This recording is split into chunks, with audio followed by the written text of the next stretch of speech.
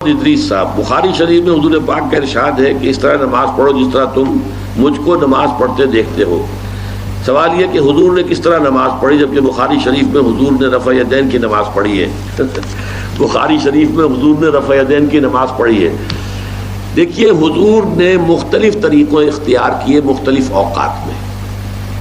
اب صحابہ کا طرز عمل یہ ہوتا تھا کہ مثلاً ایک روایت آتی ہے کہ ایک صحابی حضور سے ملنے آئے، کوئی بدوی تھے، دیہات کے آدمی تھے۔ انہوں نے حضور کو دیکھا کہ آپ کا گریبان کھلا ہوا تھا، آپ نے بٹن لگائے ہوئے نہیں تھے۔ پھر انہوں نے ساری عمر اپنے گریبان کے بٹن نہیں لگائے کہ میں نے محمد کو اس طرح دیکھا ہے صلی اللہ علیہ وسلم۔ اب یہ ان کا جذبہ ہے، ان کی نیکی ہے، اتباع کا جذبہ ہے۔ یا ایک سفر میں کسی کو دیکھا، کسی نے دیکھا کہ حضور ایک درخت کے نیچے سے ہو کر گزرے، اب وہ جب بھی جاتے تھے ادھر اس کے نیچے سے ہو کر گزرتے تھے، چاہے اس کی کوئی مقصد نہیں، لیکن یہ بھی ایک اتباع کا جذبہ ہے۔ تو اس میں یہ ہے کہ نماز کی بعض چیزیں ایسی ہیں کہ جن میں معلوم ہوتا ہے کہ حضور کچھ اس میں رد و بدل کرتے رہے۔ کبھی آپ نے ہاتھ بالکل کھلے چھوڑ کر بھی نماز پڑھی ہے، کبھی آپ نے ہاتھ نیچے باندھے ہیں، کبھی اوپر باندھے ہیں۔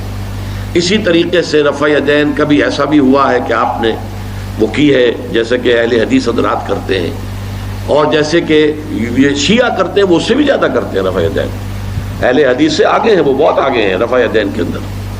اور ایک رائے یہ ہے کہ حضور نے آخری زمانے میں آ کر سارے رفع یدین چھوڑ دیے تھے سوائے یہی جو تکبیر تحریمہ کے وقت ہے۔ اب یہ روایات، اب یہ بحث ہو جائے گی علمی، کس روایت کا کیا مقام ہے، کس کی کیا حیثیت ہے۔ بخاری شریف میں جو روایت ہے وہ یہی ہے رفع یدین کی، جو آپ صحیح کہہ رہے ہیں، لیکن یہ کہ بخاری شریف واحد کتاب تو نہیں ہے اس حدیث کی۔ مصنف عبد الرزاق ایک کتاب ہے، اور اسی طریقے سے اور اس میں یہ کہ امام مالک کے پیروکار، حالانکہ امام مالک مدینے کے دارالہجرہ کے امام ہیں، وہ رفع یدین نہیں کرتے۔ امام شافعی کے کرتے ہیں، امام مالک کے نہیں کرتے، امام ابو حنیفہ کے نہیں کرتے۔ تو ان چیزوں میں بہت زیادہ پریشان ہونے کی ضرورت نہیں ہے۔ اصل جو معجزہ ہے حضور کا اور اسلام کا وہ یہ ہے کہ 1400 برس گزر گئے لیکن نماز کے ضمن میں اتنا اختلاف نہیں ہے کہ تمام مسلمان باجماعت نماز نہ پڑھ سکیں۔ دیکھیے، رفع یدین کرنے میں جماعت ٹوٹتی نہیں، آپ نے کیا یا نہیں کیا، جماعت کی فارمیشن برقرار رہی۔ فرض کیجئے کوئی شخص یہ سمجھتا کہ پہلے سجدہ ہے پھر رکوع ہے، تو اب یہ دو آدمی ساتھ نماز نہیں پڑھ سکتے، جن میں سے ایک کے نزدیک پہلے رکوع ہے پھر سجدہ ہے، دوسرا یہ سمجھتا ہے کہ نہیں پہلے سجدہ ہے پھر رکوع ہے، نہیں ہو سکتا۔ ان کی جماعت اب جمع نہیں ہو سکتی۔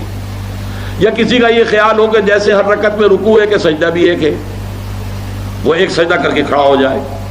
اب ظاہر بات ہے دوسرا شخص جس کے نزدیک دو سجدے ہیں وہ ایک اور سجدہ کرے گا، فارمیشن ٹوٹ گئی، اب وہ ساتھ نماز نہیں پڑھ سکتے۔ 1400 برس بیت گئے، مشرق بعید سے مغرب بعید، پوری دنیا، آج تو کوئی کونا ہے ہی نہیں جہاں مسلمان نہ ہو، لیکن جو سالڈ مسلمان جو ہیں وہ تو آپ سمجھیے کہ انڈونیشیا سے لے کر موریتانیہ تک تو مسلمانوں کی کتنی بڑی تعداد ہے۔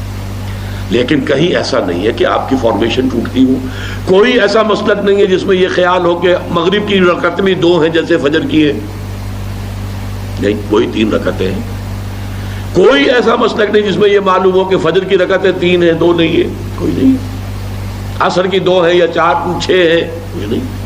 وہی رکعتیں، وہی رکعت کی ترتیب، پہلے کھڑے ہونا ہے پھر رکوع ہے پھر کھڑے ہونا ہے پھر سجدے میں جانا ہے پھر بیٹھنا ہے پھر سجدہ پھر کھڑے ہونا۔ فارمیشن نہیں ٹوٹتی، شیعہ ہو سنی ہو، اور اس میں حنفی ہو مالکی ہو شافعی ہو حنبلی ہو زیدی ہو ظاہریہ ہو، کوئی بھی ہو، کسے باشد، تمام مسلمان مل کر جماعت سے نماز ادا کریں گے اور ان کی جماعت ٹوٹتی نہیں۔ یہ ہے جس کو ہمیں سمجھنا چاہیے۔ یہ کیوں ہے؟ صلو کما رأیتمونی اصلی، کہ حضور کی کو جس طرح دیکھا صحابہ نے نماز پڑھتے ہوئے ویسے نماز پڑھ رہے ہیں، صحابہ نے ویسے نماز پڑھی، پھر آپ کے بعد تابعین نے اسی طریقے سے نماز پڑھی، پھر اس کے بعد تبع تابعین نے پڑھی، نسل بعد نسل منتقل ہو رہا ہے۔ باقی تھوڑا تھوڑا اختلاف اگر ہے تو اس کے لیے زیادہ پریشان نہیں ہونا چاہیے۔